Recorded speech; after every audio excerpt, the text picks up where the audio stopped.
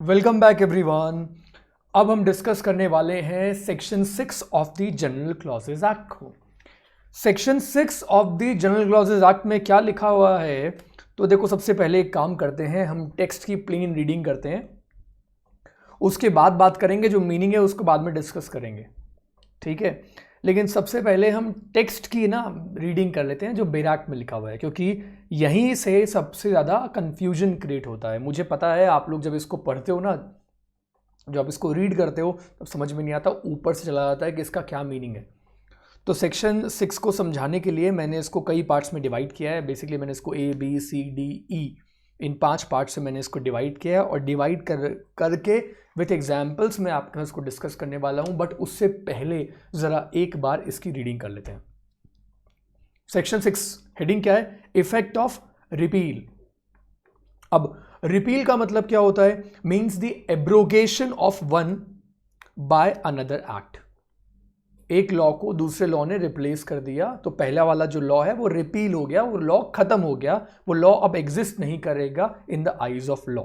It also means the omission of certain provision in an act by subsequent act. किसी एक particular act के provisions को जो है वो हटा दिया गया है, पूरे एक्ट को नहीं हटाया है, उसके स्पेसिफिक प्रोविजंस हैं उनको रिपील कर दिया है, उनको हटा दिया है, और उसकी जगह किसी नए एक्ट ने, किसी नए इनैक्टमेंट के प्रोविजंस ने ले लिया है। ये तो रिपील का मतलब हो गया। रिपील बेसिकली यही कहता है पुराने वाला लॉ खत्म हुआ, नया वाला लॉ आ गया, या फिर पुराने वाले लॉ में से एक स्पेसिफिक पार्ट जो गवर्नमेंट ने बता दिया नोटिफिकेशन में वो एंड हो गया और अब एक नया पार्ट आ गया, ठीक है।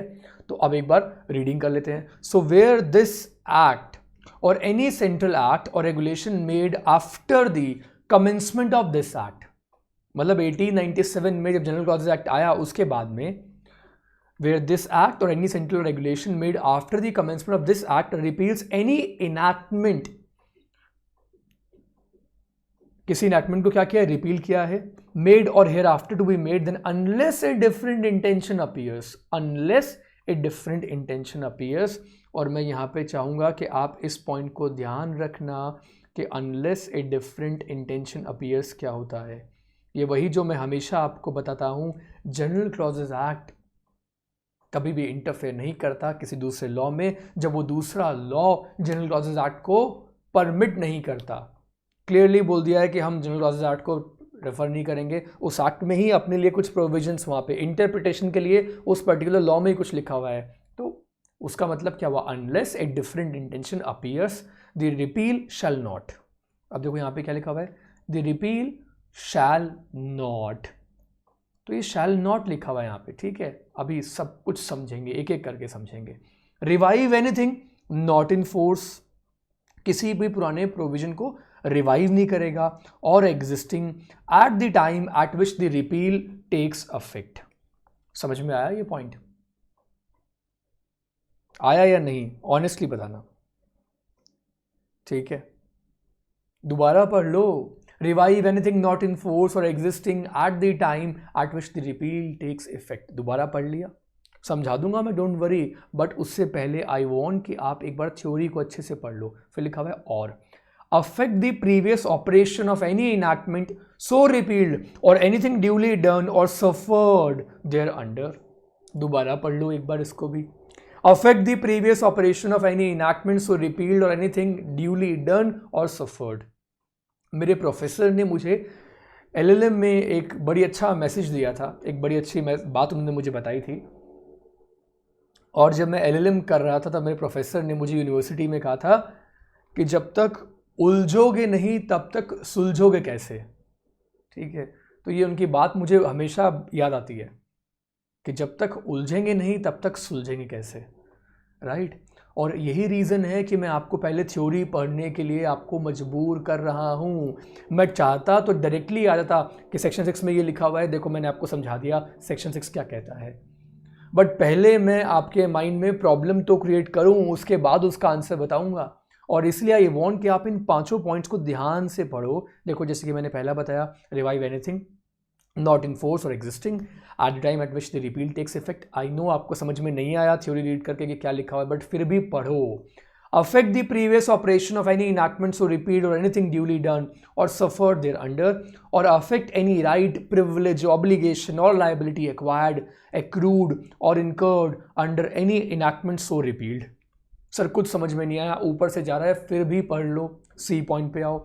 affect any penalty, forfeiture or punishment incurred in respect of any offense committed against any enactment so repealed, or affect any investigation, legal proceeding or remedy in respect of any such right, privilege, obligation, liability, penalty, forfeiture or punishment as aforesaid, and any such investigation, legal proceeding or remedy may be instituted, continued or enforced, and any such penalty, forfeiture or punishment may be imposed as if the repealing act or regulation had not been passed. अब पढ़ लिया अच्छे से, दिल को तसल्ली हो गई. आप बोलोगे सर हमारे दिल को तसल्ली तो नहीं हुई, लेकिन आपके दिल को तसल्ली हो गई है कि आपने हमें ये पूरा पढ़वा दिया है. बिल्कुल मेरे दिल को तसल्ली हो गई है कि मैंने आपको इस चीज़ के लिए फ़ोर्स किया कि आप इसको पूरा पढ़ो, क्योंकि उसके बाद ही मैं आपको समझाऊंगा कि सेक्शन 6 क्या कहता है. तो अब एक एक करके डिस्कस करेंगे. सेक्शन 6A में क्या लिखा हुआ है, B में क्या लिखा हुआ है, C में क्या लिखा हुआ है, D में क्या लिखा हुआ है, E में क्या लिखा हुआ है, इन सबको डिस्कस करते हैं. ठीक है, okay. So let's start with, सबसे पहले हम स्टार्ट करते हैं किससे, सबसे पहले स्टार्ट करते हैं सेक्शन 6.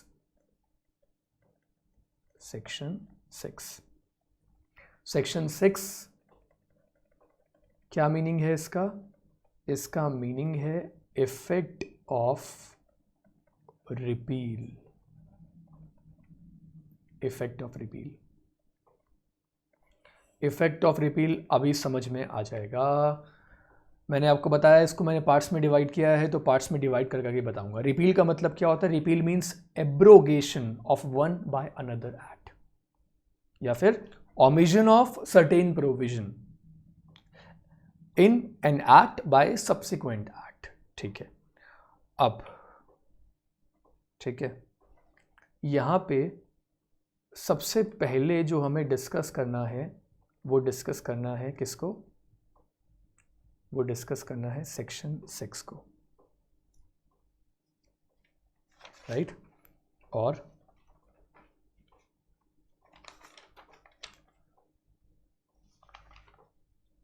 सेक्शन 6 को समझाने के लिए मैं इसको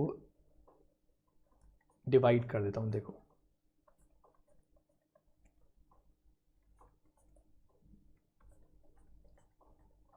राइट? तो मैं इसको ऐसे डिवाइड कर रहा हूं. सबसे पहले मैंने लिखा सेक्शन 6A. तो मैं शॉर्ट में लिख रहा हूं सबका जो कंटेंट है. तो देखो, सबके कंटेंट को मैं शॉर्ट में लिख रहा हूं आपको समझाने के लिए. 6A ने कहा रिवाइव एनीथिंग. देखो, रिवाइव का मतलब होता है दोबारा से जिंदा कर देना. ठीक है, रिवाइव का मतलब क्या होता है? दोबारा से जिंदा कर देना. रिवाइव आपने पबजी में ज़रूर सुना होगा. मैं पबजी नहीं खेलता, हाँ, पबजी मैं खेलना चाहूँ तो भी नहीं खेल सकता, राइट? कोशिश की थी मैंने पबजी खेलने की, हाँ, लेकिन उसके बाद मेरे फ़ोन से पबजी की मोबाइल ऐप डिलीट कर दी गई. एनीवेज, पबजी की बात नहीं करते हैं, हम बात कर रहे हैं सेक्शन 6A की. तो मैंने पबजी का एग्जांपल इसलिए दिया क्योंकि पबजी में एक वर्ड आता है रिवाइव कर दो, रिवाइव कर दो. तो रिवाइव करने का मतलब दोबारा क्या करना है? दोबारा उसको ज़िंदा करना है. ये सेक्शन 6A का एक मैंने आपको शॉर्ट में बता दिया है कि 6A में क्या लिखा हुआ है, क्योंकि सेक्शन बड़ा है ना. तो क्योंकि सेक्शन बड़ा है इसलिए मैंने सोचा कि मैं इसको एक फ्लो चार्ट के थ्रू इसको पूरा समझा दूं. फिर देखो, मैंने लिखा सेक्शन 6B. सेक्शन 6B में क्या लिखा हुआ है? सेक्शन 6B में लिखा हुआ है अफेक्ट द previous operation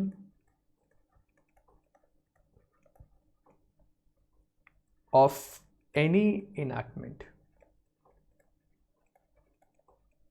ये है अगला, affect the previous operation of any enactment, section 6B.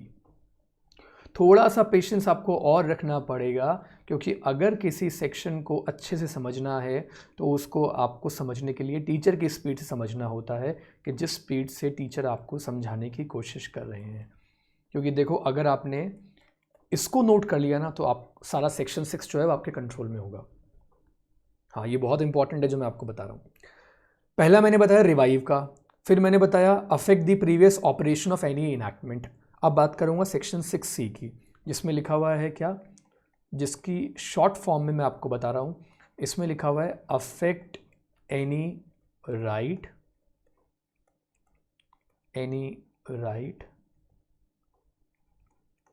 फिर मैंने लिखा प्रिविलेज,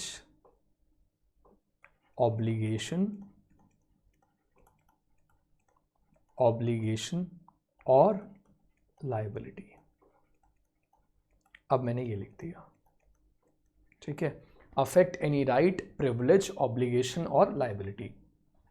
पहला था रिवाइव का, दूसरा था ऑपरेशन का, प्रीवियस ऑपरेशन का, फिर है सी किसका, affect any right, obligation, privilege, obligation और लायबिलिटी। उसके बाद आएगा सेक्शन 6D। ये याद करने का सबसे अच्छा तरीका है, this is the best way to learn section 6। इससे ज़्यादा मैं इसको सिंप्लीफाई नहीं कर सकता था।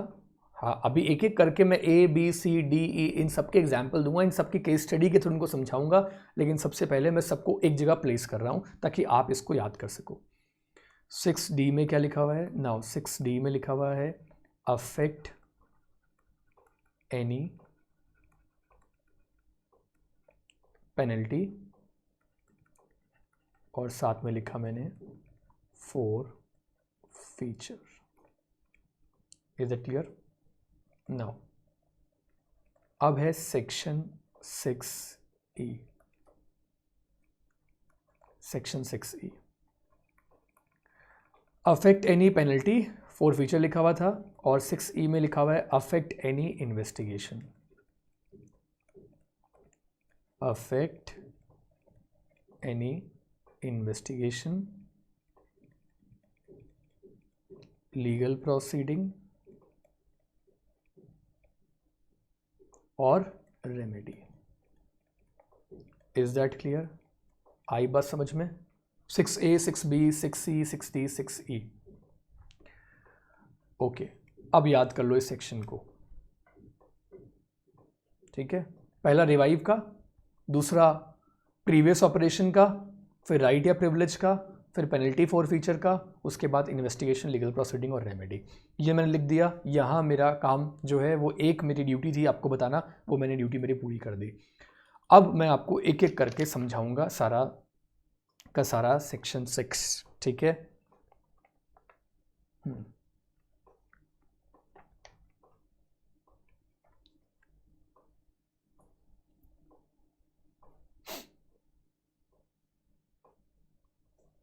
और सेक्शन 6 को समझाने के लिए सबसे पहले मैं यहाँ पे आपको एक बहुत इम्पॉर्टेंट बात लिख के बता रहा हूँ, ठीक है। वो ये है कि बेसिकली सेक्शन 6 जो है ना, सेक्शन 6 में जो प्रिंसिपल गिवन है उस प्रिंसिपल को समझो। अगर आपने सेक्शन 6 में दिए हुए प्रिंसिपल को समझ लिया तो सेक्शन 6 को आराम से समझ लोगे। और देखो क्या लिखा हुआ है, ये लिखा हुआ है, बस इस लाइन को याद रखो, ये गोल्डन लाइन है। Repeal of a law is operative. इस लाइन को समझ लो, आपने समझ लो पूरा सेक्शन 6 समझ लिया। बस एक छोटी सी लाइन बताऊंगा आपको मैं। Repeal of a law is operative for future acts. Future acts. अब मैंने आपको एक हिंट दिया है, अभी यहां पे मैंने आपको एक हिंट दिया है, और हिंट देकर मैं आपको ये बताने की कोशिश कर रहा हूं कि अगर आप समझ सकते हो तो समझ लो कि मैं क्या कहना क्या चाहता हूं। Repeal of a law is operative for future acts.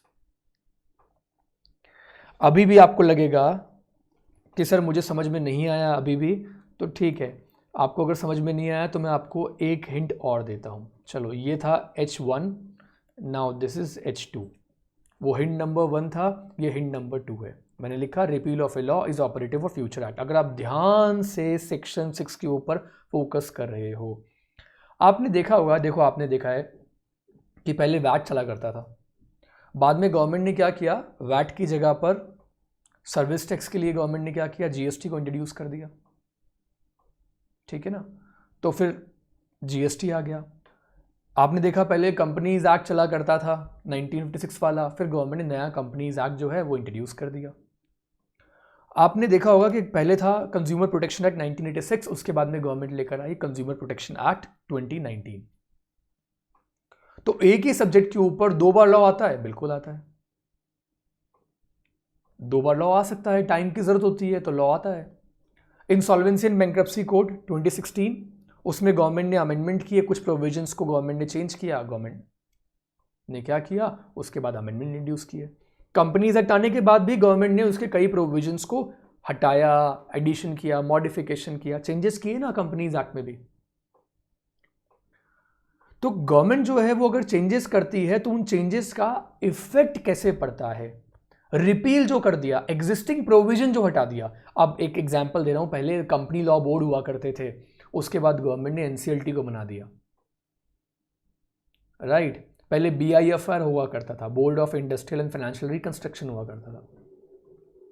तो अब कंपनी लॉ बोर्ड भी नहीं है, अब बीआईएफआर भी नहीं है, और उसकी जगह क्या बना दिया गवर्नमेंट ने, गवर्नमेंट लेकर आ गई national company law tribunal.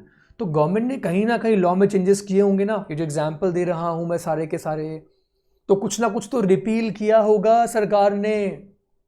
Government ने कोई ना कोई पुराना सेक्शन या कोई पुराने एक्ट में कोई बात लिखी हुई थी जिसको गवर्नमेंट ने हटाया होगा, ऑब्वियसली सरकार ने ऐसा किया होगा।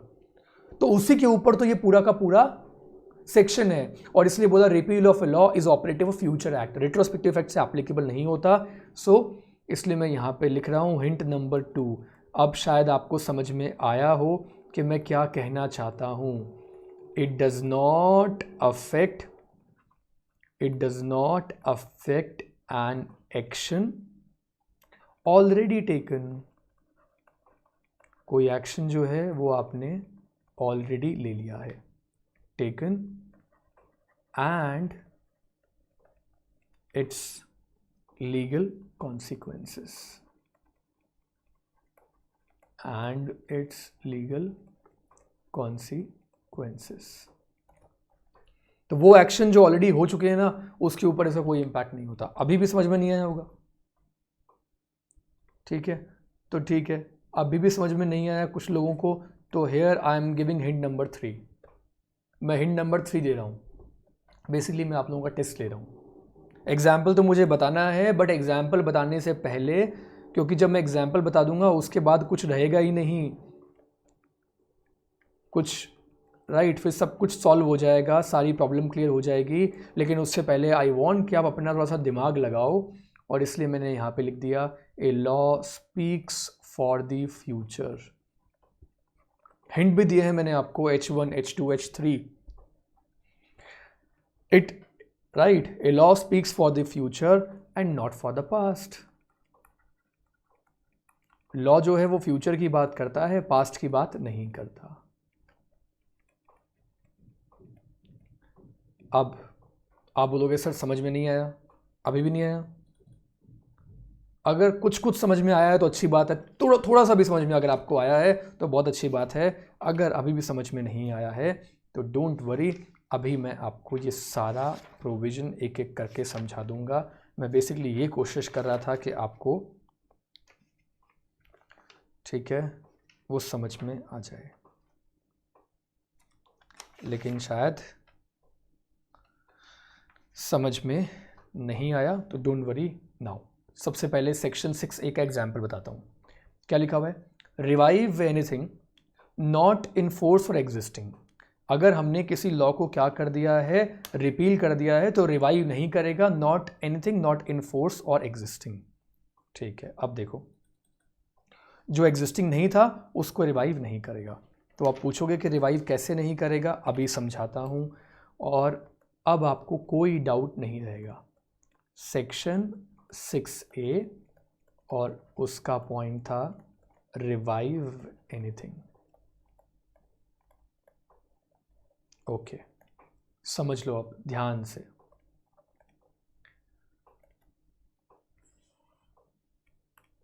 ठीक है, अब देखो,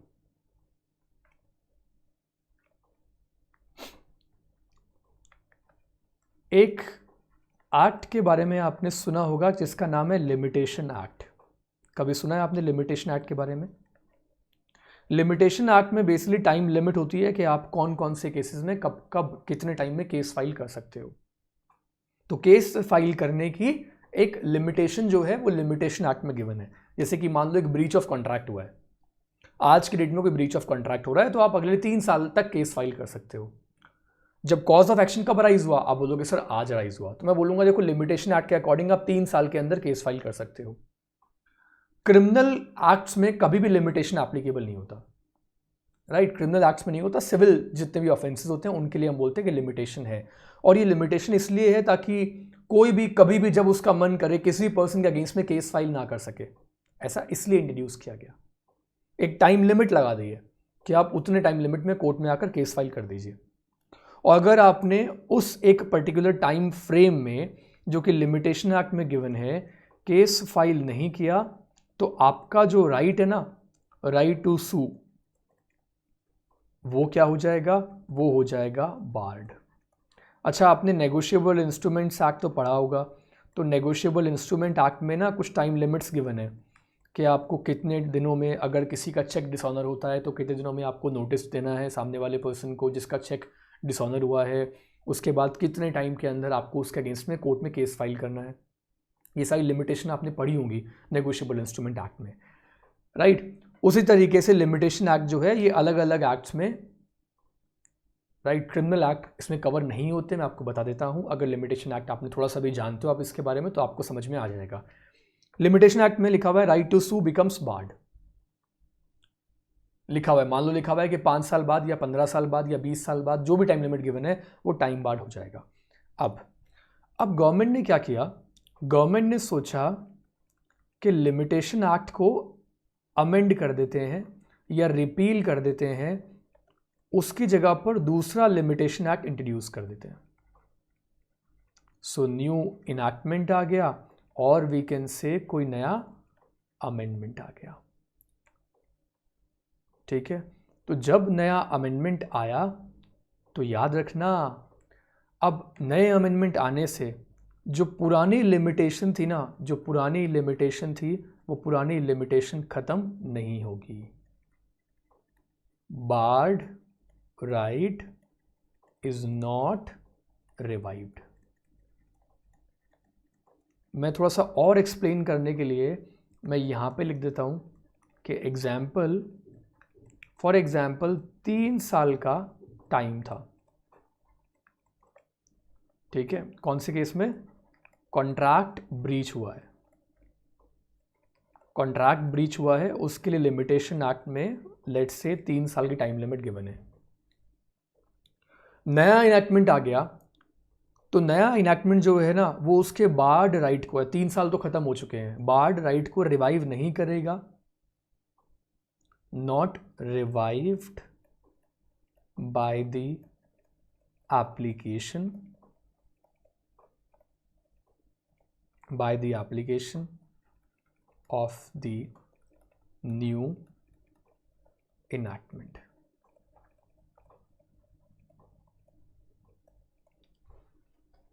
ठीक है, समझ में आया? अभी अगर अभी भी समझ में ना आया हो थोड़ा सा और क्लियर कर देता हूं। ठीक है, ये देखो, मैं बोलता हूं कि 2022 में कार्तिक ने किया ब्रीच ऑफ कॉन्ट्रैक्ट, कार्तिक ने किया ब्रीच ऑफ कॉन्ट्रैक्ट। ठीक है, किसके साथ किया? वो ब्रीच ऑफ कॉन्ट्रैक्ट किया विथ भूमि। अब भूमि को केस फाइल करना है, तो भूमि कितने टाइम में केस फाइल कर सकती है? तो Bhoomi can file a case up to 2025, 2025 तक she can file a case against Kartik. आइए मेरी बात समझ में। नाउ अब देखो, लिमिटेशन एक्ट में टाइम लिमिट कितनी थी? 3 साल की। अब मैं ये बोलता हूं कि टाइम लिमिट निकल गया, भूमि को इस बारे में नॉलेज ही नहीं थी कि 3 साल की टाइम लिमिट होती है। 3 साल के बाद सोचा कि मुझे कार्तिक अगेंस्ट में केस फाइल करना है, बट कोर्ट ने कहा क्योंकि लिमिटेशन पीरियड ओवर हो चुका है तब आप केस फाइल नहीं कर सकते, कोर्ट ने मना कर दिया। लेकिन देखो 2030 में गवर्नमेंट ने क्या किया, गवर्नमेंट ने नया लॉ इंट्रोड्यूस किया, और गवर्नमेंट जो नया इनैक्टमेंट लेकर आई, इस नए इनैक्टमेंट में गवर्नमेंट ने ये कहा कि देखो अब लिमिटेशन जो होगी ना केस फाइल करने की, लिमिटेशन जो होगी कॉन्ट्रैक्ट वाले केसेस में, अगर कोई ब्रीच ऑफ कॉन्ट्रैक्ट हुआ है, so that would be right, that would be 15 years. Government ने बोल दिया कि 15 साल की टाइम लिमिट होगी। पहले हुआ करती 3 साल और अब कितनी हो गई? 15 साल। अब भूमि कोर्ट में पहुंच गई और भूमि ने कहा कोर्ट में जाकर मुझे कार्तिक अगेंस्ट में केस फाइल करना है, कार्तिक ने ब्रीच ऑफ कॉन्ट्रैक्ट किया है। क्या वो ऐसा कर सकती है? Think about it. क्या वो ऐसा कर सकती है? वो तो बोलेगी सर नया लॉ आ चुका है, पहले मुझे नॉलेज नहीं थी, ignorantia juris non excusat. I agree, पहले मुझे नॉलेज नहीं थी लेकिन अब मुझे नॉलेज है। पहले 3 साल की टाइम लिमिट थी, अब टाइम लिमिट कितनी हो गई है? Now the time limit is 15 years, इसलिए मैं कार्तिक के अगेंस्ट में केस फाइल कर सकती हूं। तो पता है कोर्ट क्या कहेगा? कोर्ट बोलेगा कि ये जो नया जो लॉ आया है ये पुराने वाले को रिवाइव नहीं कर रहा। जो आपका बार्ड राइट था, बार्ड मतलब जो लिमिटेशन लग गई थी ना, ये उसको किसी भी तरीके से रिवाइव नहीं करेगा। आ गई मेरी बात समझ में? क्लियर हुआ? सेक्शन 6A रिवाइव नहीं करेगा, तो ये मैंने लिखा revive anything not in force or existing, किसी भी पुराने प्रोविजन को वो रिवाइव करने का काम नहीं करता। ठीक है, इतना आपको अगर क्लियर हो गया है तो यहाँ पे एक बात और बता देता हूँ मैं आपको कि सेक्शन 6 जो है ना, ये सिर्फ एक्ट और रेगुलेशन के ऊपर एप्लीकेबल होता है, सिर्फ एक्ट और रेगुलेशन के ऊपर। ये कभी भी order, rules, bylaws, state laws, इनके ऊपर एप्लीकेबल नहीं होता। सेक्शन 6 एप्लीकेबल नहीं होता किसके ऊपर? ऑर्डर्स के ऊपर, रूल्स के ऊपर, बायलॉज के ऊपर या स्टेट लॉज के ऊपर ये एप्लीकेबल नहीं होता। ठीक है, अब देखो इतनी बात समझ में आ गई आपको? इतना क्लियर हुआ आपको? रिवाइव नहीं करता, जो लॉ, जो राइट आपका पहले ही नहीं था उसको अब ये नहीं देगा, जो पहले से नहीं था वो राइट आपको अब नहीं मिल सकता, ये मैंने आपको बताया। तो एक बार फिर से हम सेक्शन 6A की हेडिंग को पढ़ेंगे। सेक्शन 6A की हेडिंग या सेक्शन 6A के पॉइंट में क्या लिखा हुआ है? Revive anything not in force or existing at the time at which the repeal takes effect. Repeal takes effect कब हुआ था? मैंने बताया गवर्नमेंट ने नया लॉ इंट्रोड्यूस किया 2030 में, 2030 में गवर्नमेंट ने नया लॉ इंट्रोड्यूस किया और उस टाइम पे ऐसा कोई प्रोविजन था ही नहीं। तो जिनके लॉ राइट, जिन लोगों को गवर्न किया जा रहा था पुराने लॉ के अकॉर्डिंग, उनको पुराने लॉ के अकॉर्डिंग ही गवर्न किया जाएगा, किसी भी प्रोविजन को वापस से वो रिवाइव नहीं कर सकता। समझ में आ गया? देखो इसलिए ऊपर लिखा हुआ है शैल नॉट, जिन लोगों ने नहीं पढ़ा ये पढ़ लो शैल नॉट। तो ये सारे ना नॉट वाले हैं, ये सारे के सारे प्रोविजन जो हैं ये नॉट वाले हैं। आ गई बात समझ में? इतना डिटेल में डिस्कस किया है तो अब तो समझ में आ ही गया होगा कि सेक्शन 6 में ए में क्या लिखा हुआ है कि नया प्रोविजन आ गया तो वो क्या नहीं करेगा? वो रिवाइव नहीं करेगा। That will not revive anything not in force or existing. ठीक है, अब बात करते हैं किसकी? सेक्शन 6B को डिस्कस करते हैं। अब सेक्शन 6B में क्या लिखा हुआ है? देखो सेक्शन 6B को समझाने के लिए ना सबसे पहले मैं इसकी थ्योरी चाहूँगा कि आप लोग एक बार पढ़ लो, या इसका जो मैंने पॉइंट बताया था, affect the previous operation of any enactment. ये लिखा हुआ है, क्या लिखा हुआ है? Affect the previous operation of any enactment, not नया वाला लॉ पुराने वाले लॉ के प्रीवियस ऑपरेशन को अफेक्ट नहीं करता। और इसी सेक्शन बी को समझाने के लिए मैं केस लॉ लिख रहा हूं यहां पे। देखो आपके मॉड्यूल में ये केस लॉ गिवन नहीं है, इसलिए इस केस लॉ को नोट करने की भी कोई ज़रूरत नहीं है। मैं ये केस लॉ कहाँ से लाया हूँ वो एक रिसर्च का टॉपिक है, रिसर्च कर लेना, ठीक है। बहुत सारी बुक्स पढ़ने के बाद I got this case laws. लेकिन हाँ, मैं इस केस लॉ का इस्तेमाल करूँगा आपको समझाने के लिए, आपको सेक्शन 6B समझाने के लिए मैं इस केस लॉ का इस्तेमाल करूँगा। ओके, क्या लिखा हुआ है देखो, क्या लिखा हुआ है इसमें, इसको समझ लेते हैं। अब देखो ज़रा यहाँ पे, आपने कभी इस आर्ट के बारे में सुना है, कंटेम्प्ट ऑफ कोर्ट्स एक्ट 1926, ठीक है। एक लॉ था पहले, contempt of courts act 1926। Is it clear now? ये जो लॉ था कंटेम्प्ट ऑफ कोर्ट एक्ट, इसको रिपील कर दिया गया। This act was repealed by, किसने रिपील किया इसको? इसको रिपील किया contempt of courts act 1952। Is it clear? Contempt of court act 1952 ने इसको रिपील किया।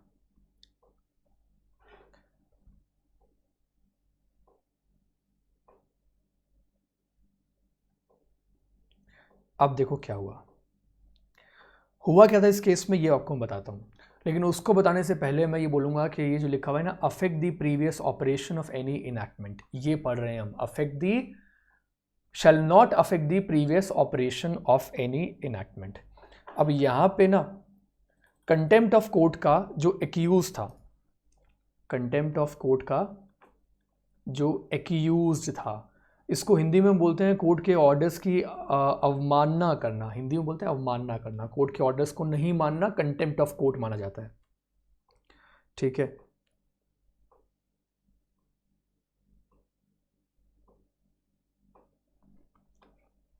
इसमें आर्ग्यूमेंट क्या थी? आर्ग्यूमेंट ये थी कि एक पर्सन के अगेंस्ट में ना कंटेम्प्ट ऑफ कोर्ट का केस चल रहा था। Is that clear? एक पर्सन पे कंटेम्प्ट ऑफ कोर्ट का केस चल रहा था और वो केस चल रहा था as per contempt of courts act 1926। अब इसी बीच में क्या होता है, कंटेम्प्ट ऑफ कोर्ट एक्ट 1952 आ जाता है। आ रही है मेरी बात समझ में? एक पर्सन है जिसके अगेंस्ट में कंटेम्प्ट ऑफ कोर्ट का केस चल रहा है और उसी बीच में कंटेम्प्ट ऑफ कोर्ट एक्ट 1952 आ गया। So it was contended that no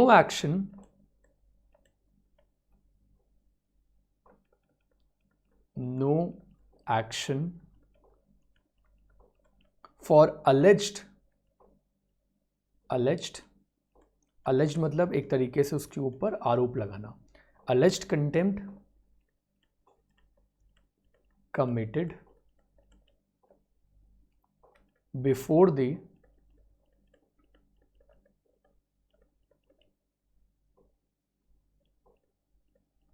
the said act came into force could be taken। ये उसकी साइड से क्या था, आर्ग्यूमेंट था, कंटेंशन थी, ये बोला गया। No action for alleged contempt committed before the said act came into force could be taken। बोल दिया सर नया लॉ आ गया और जब नए लॉ ने 1952 वाले लॉ ने 1926 वाले लॉ को क्या कर दिया है, रिपील कर दिया है, तो अब कोई एक्शन नहीं हो सकता, ठीक है। नाउ अब पता है जजमेंट क्या रहा, मतलब एक बचने की चाल थी कि कंटेम्प्ट के ऑफेंस से बचने के लिए ये बोल दो कि सर जिस लॉ के अकॉर्डिंग मेरे क्लाइंट को आप प्रोसिक्यूट कर रहे हो वो तो लॉ ही, अब that law is not in force, और जो नया लॉ आया है वो तो आगे की डेट से एप्लीकेबल होगा। समझ रहे हो ना, ऑफेंस तो पहले हो चुका है, जो 1952 वाला लॉ आया है वो तो आगे की डेट से एप्लीकेबल होगा। अब जो ऑफेंस होंगे ना उन पे 1952 वाला लॉ एप्लीकेबल होगा,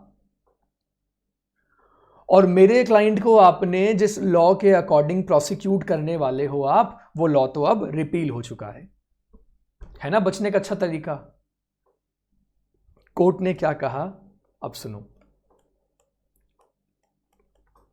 कोर्ट ने कहा contempts committed prior, contempts committed prior to the new act coming into force,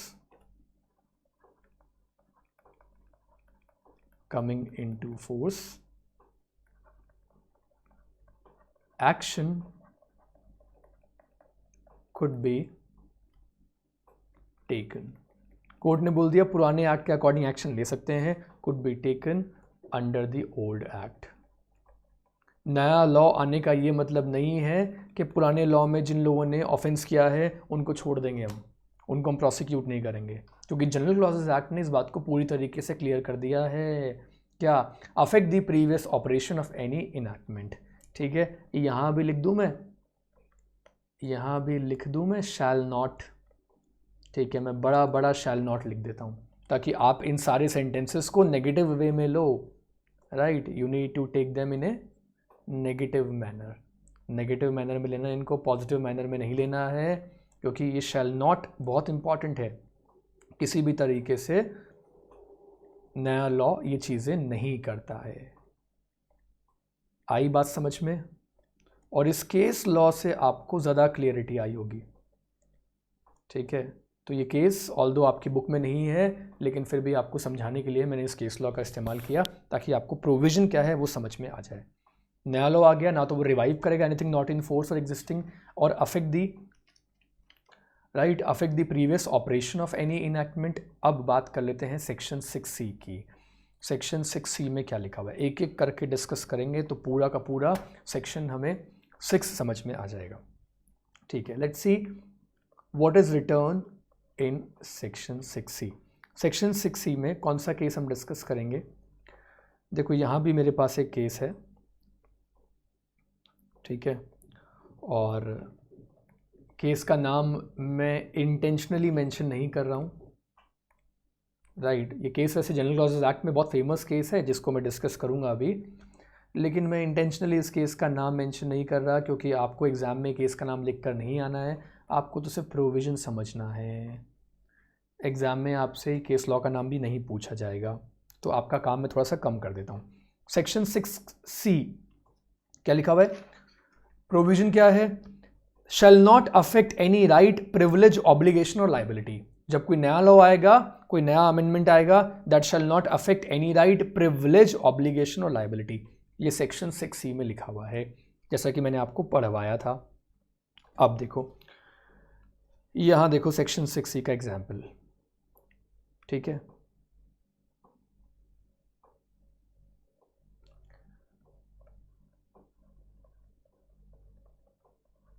there was a जज ऑफ पूना। राइट, मैं पुणे नहीं लिख रहा हूँ, मैं पूना लिख रहा हूँ, क्योंकि पहले जब वो पूना हुआ करता था, पुणे से पहले पूना हुआ करता था। राइट, देयर वॉज ए जज इन पूना जिनको शेयर होल्डर्स ने, ये बेसिकली एक शुगर सिंडिकेट लिमिटेड नाम की कंपनी थी, महाराष्ट्र शुगर सिंडिकेट लिमिटेड। ठीक है, ये कंपनी का नाम था, Maharashtra sugar syndicate limited company का नाम था। इस कंपनी के शेयर होल्डर्स ने they had given A application. ठीक है, एप्लीकेशन दी, किसके अकॉर्डिंग एप्लीकेशन दी? उन्होंने एप्लीकेशन दी थी सेक्शन 6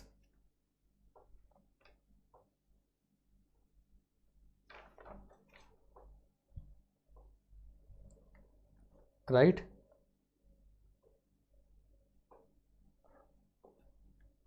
सेक्शन कौन सा है यहाँ पे? हाँ, सेक्शन है section 153 C of the companies act 1913। तो यहाँ शेयर होल्डर्स ने एप्लीकेशन दी थी। अब उनकी जो एप्लीकेशन थी वो किसके अगेंस्ट में थी आपको बता देता हूँ। सबसे पहले यहाँ पे आप जरा ध्यान देना कौन से कंपनीज एक्ट की मैं बात कर रहा हूँ। कंपनीज एक्ट 1913, पहले 1956 था, 2013 से पहले, उससे पहले जो लॉ था मैं उसकी बात कर रहा हूँ, ठीक है। सेक्शन 153 सी में उन्होंने एप्लीकेशन दी थी, और ये एप्लीकेशन किसके अगेंस्ट में थी?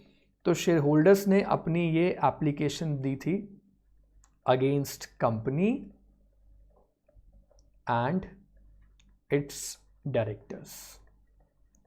कंपनी और उसके डायरेक्टर्स के अगेंस्ट में उन्होंने एक एप्लीकेशन दी, फाइल की थी, ठीक है। एप्लीकेशन डिटेल में बाद में बात करूंगा। उसके बाद ये हुआ। ये एप्लीकेशन देने के बाद में क्या होता है, देखो, इन्होंने एप्लीकेशन दे दी इस एक्ट के अकॉर्डिंग।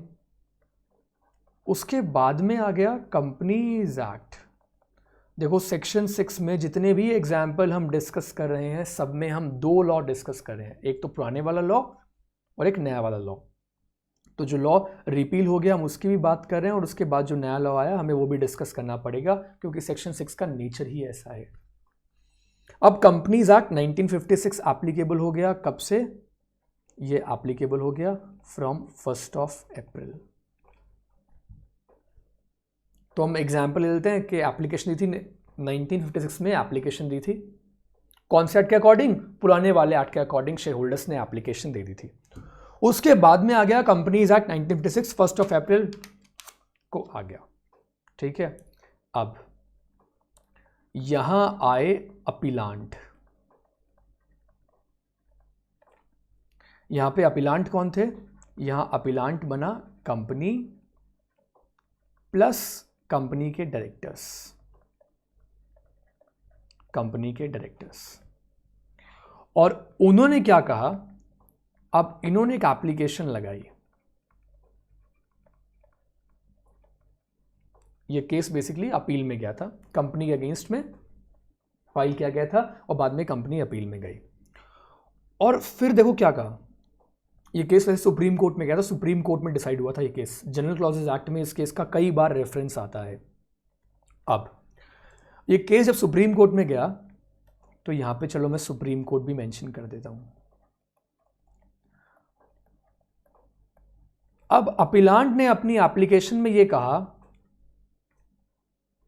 कि सर जो वाइंडिंग अप का ये केस फाइल किया गया था, हाँ बिल्कुल ये वाइंडिंग अप का केस था, और ये कहा कि डिस्ट्रिक्ट जज को ना, जिसके पास शेयर होल्डर्स ने एप्लीकेशन लगाई थी, डिस्ट्रिक्ट जज had ceased to have jurisdiction. ये बोल दिया कि उनके पास इस मैटर का ज्यूरिसडिक्शन नहीं था to deal with the application, जो एप्लीकेशन शेयर होल्डर्स ने लगाई थी, ये बोल दिया। और उन्होंने लॉजिक क्या दिया? लॉजिक ये दिया कि डिस्ट्रिक्ट कोर्ट के पास जब एप्लीकेशन गई उसके बाद में कंपनीज एक्ट 1956 जो था वो एप्लीकेबल हो गया, और कंपनीज एक्ट 1956 ने ज्यूरिसडिक्शन को प्रिवेंट कर दिया, उनके ज्यूरिसडिक्शन को क्या कर दिया? प्रिवेंट कर दिया या रोक दिया।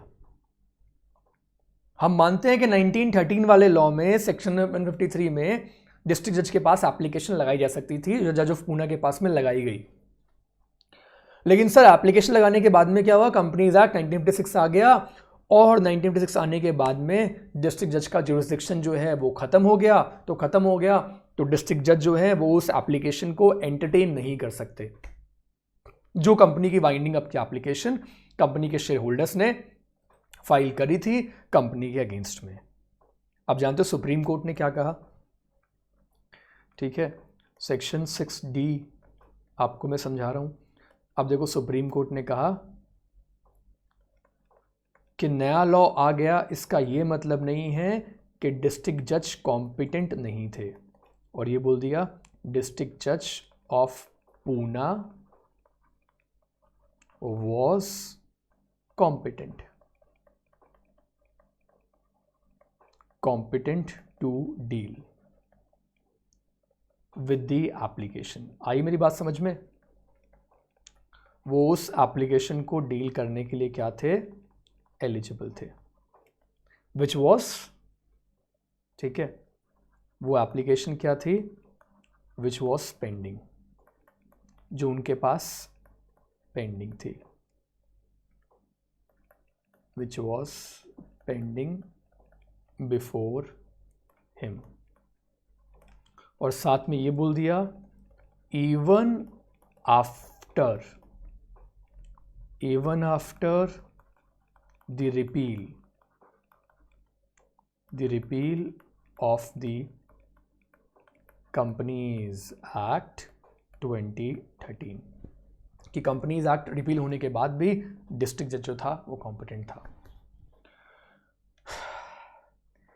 ये मैंने आपको पूरी कहानी सुनाई है सेक्शन 6D की। आई रियली होप आपको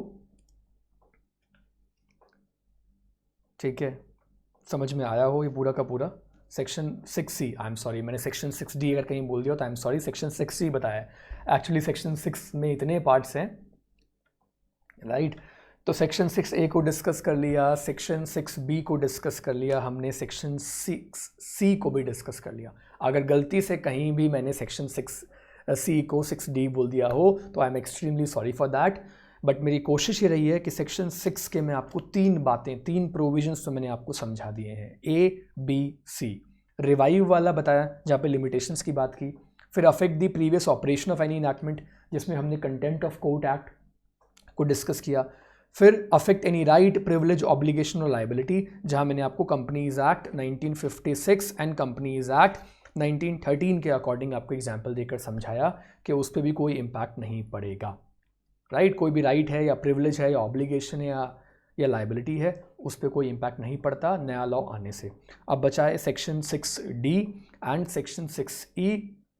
इन दोनों को मैं नेक्स्ट लेक्चर में डिस्कस कर लूँगा, ठीक है। अभी के लिए इतना काफ़ी है, राइट। आपको मैंने 3 बातें यहाँ पे सेक्शन 6 की समझा दी है, आई थिंक इतना अभी के लिए सफिशेंट है। तो अगले वीडियो में मैं आपके साथ डिस्कस करूँगा section 6D and section 6E को। Thank you so much.